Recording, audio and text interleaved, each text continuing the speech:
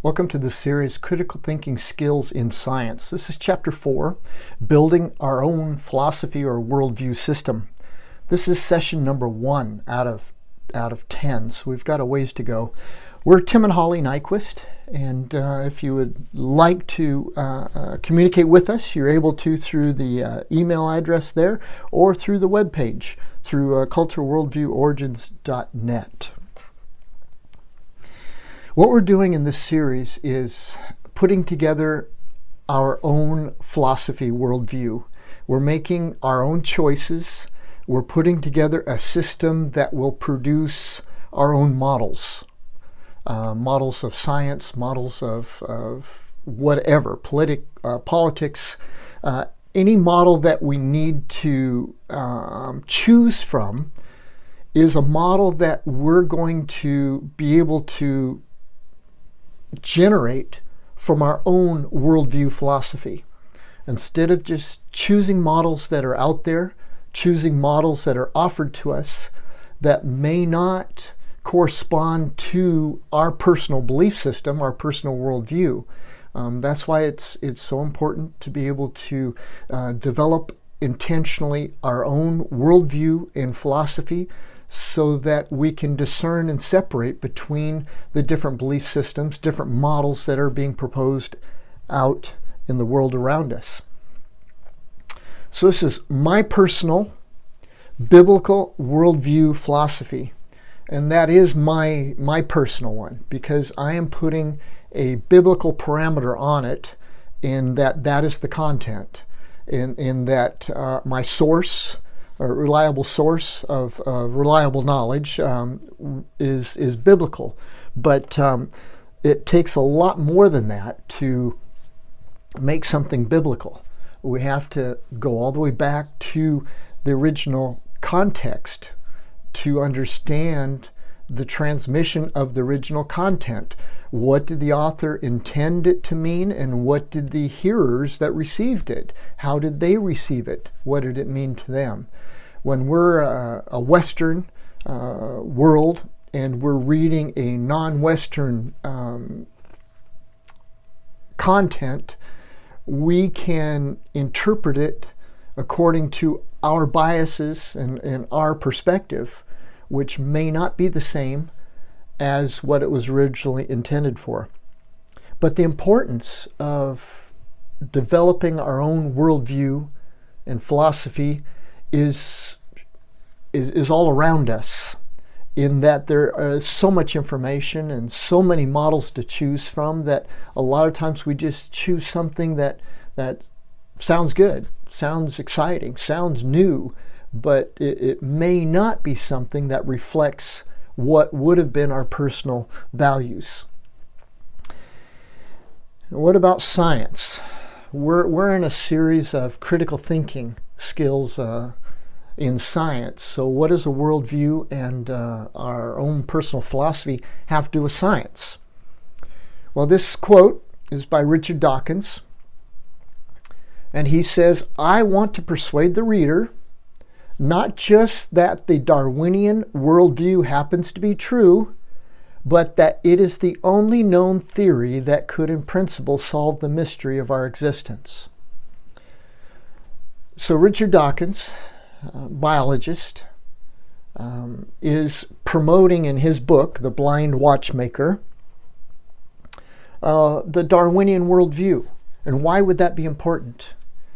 Well, that's what we're gonna see later on in that almost every science model that's proposed, whether it be the Darwinian or whatever, has a worldview. It reflects the worldview of somebody that is promoting that model. And so Richard Dawkins accepts the worldview of the Darwinian worldview. And that is what he knows is necessary to promote for someone to accept his model of science. You must first accept his worldview that produced it. And that's why it's very important that we not just learn facts, We not just learn somebody's interpretations or a model and we get on the bandwagon and support a certain model of science without understanding that that comes from a worldview, and is that a worldview that you are willing to support and to mirror the values and the beliefs that that worldview produces. Again, this is why we're looking at philosophy and worldview, is because of the image here we have of the world and the glasses that are viewing the world. And those glasses represent, in Stephen Jay Gould's concept, the factors of theory, habit, prejudice, and culture, all those combined into the glasses to make a interpretation of the data. And so it is not a non-biased, it's not a person that can just innocently interpret the evidence or the world around us, but it is somebody that brings with them their own theory, habit, prejudice, and culture. And that's why the quote on the side there, it says, "First facts do not come to us as objective items seen in the same unambiguous way by all reasonable people.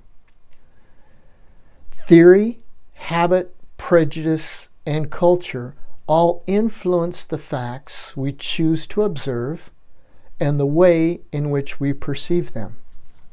Again, Stephen Jay Gould was a very well-known scientist. He was a paleontologist and a biologist.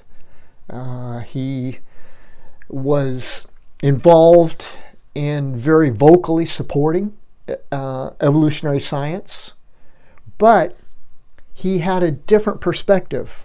And this is what we're going to look at later on in a different chapter on the different scientific models, in that Stephen Jay Gould was promoting a scientific model of origins that was not Darwinian. So it was kind of like, but it was still evolutionary, but it was not Darwinian. And so he was promoting that not everybody sees the same thing. First facts do not come to us as objective items seen in the same unambiguous way by all reasonable people. So he was calling himself reasonable, but objecting to the Darwinian worldview. And we'll see later on why. But then he proposes theory and habit, prejudice, and culture all influence the facts any one of us choose to observe and the way in which we perceive them.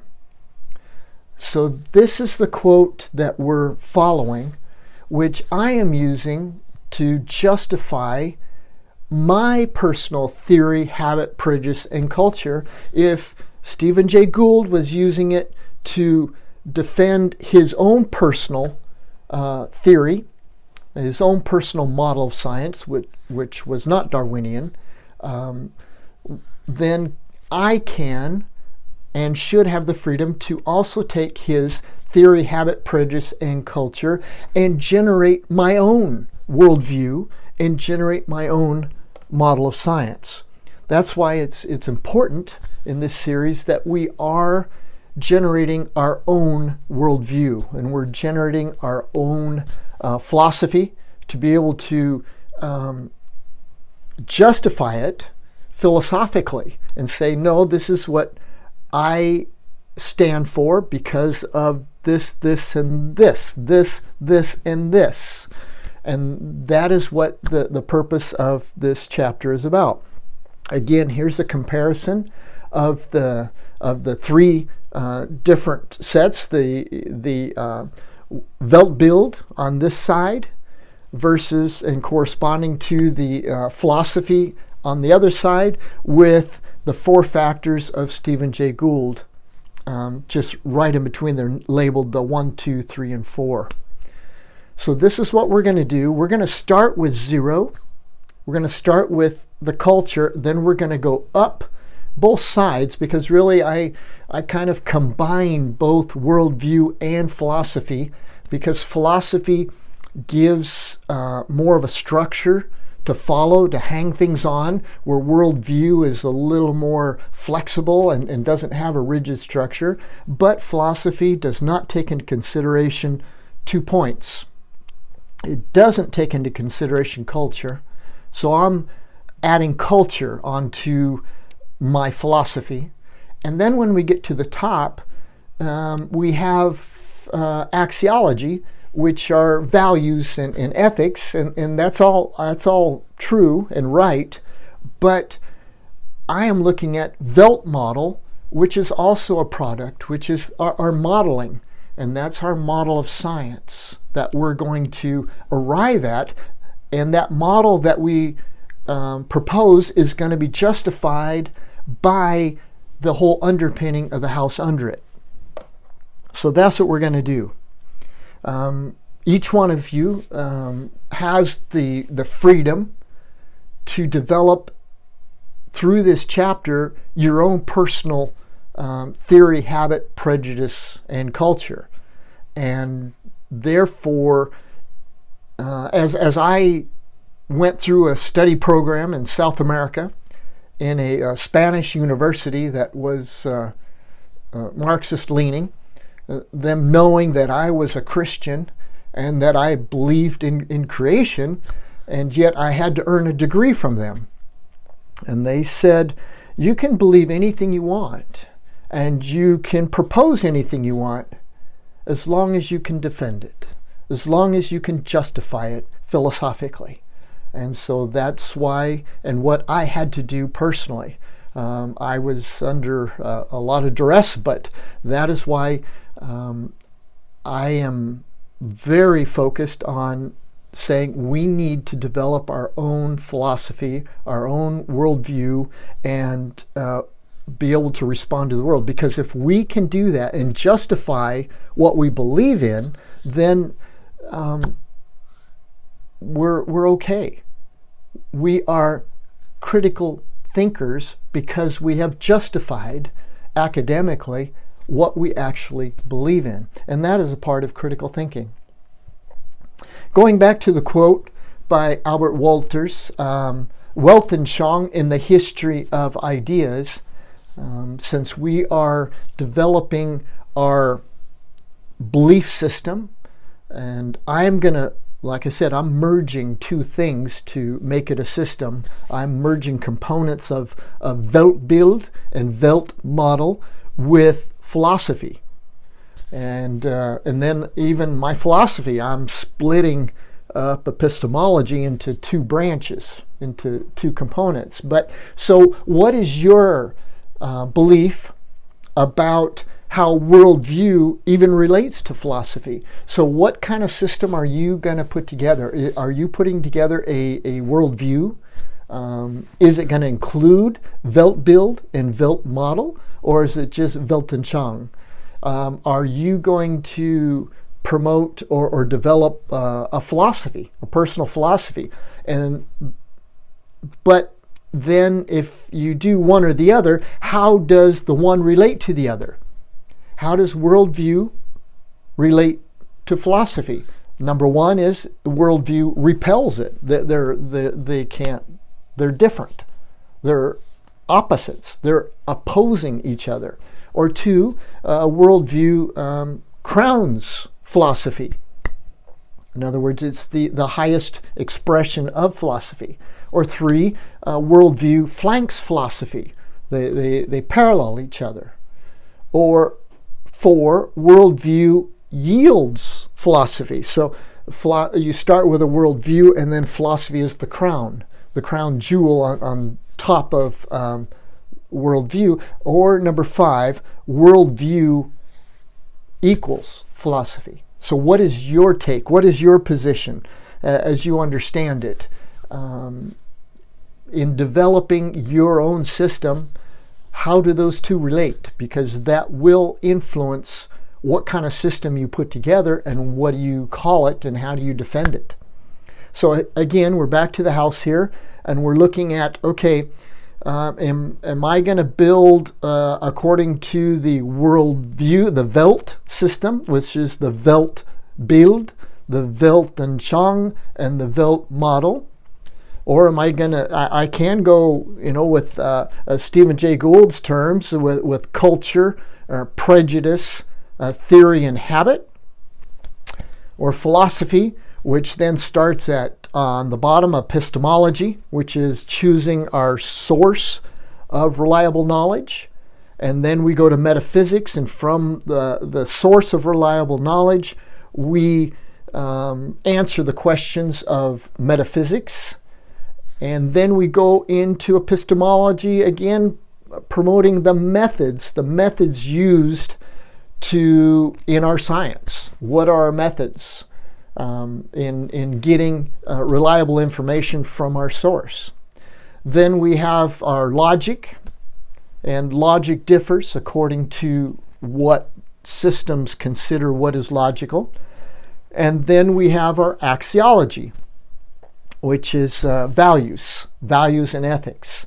So here's the house, and those are the components.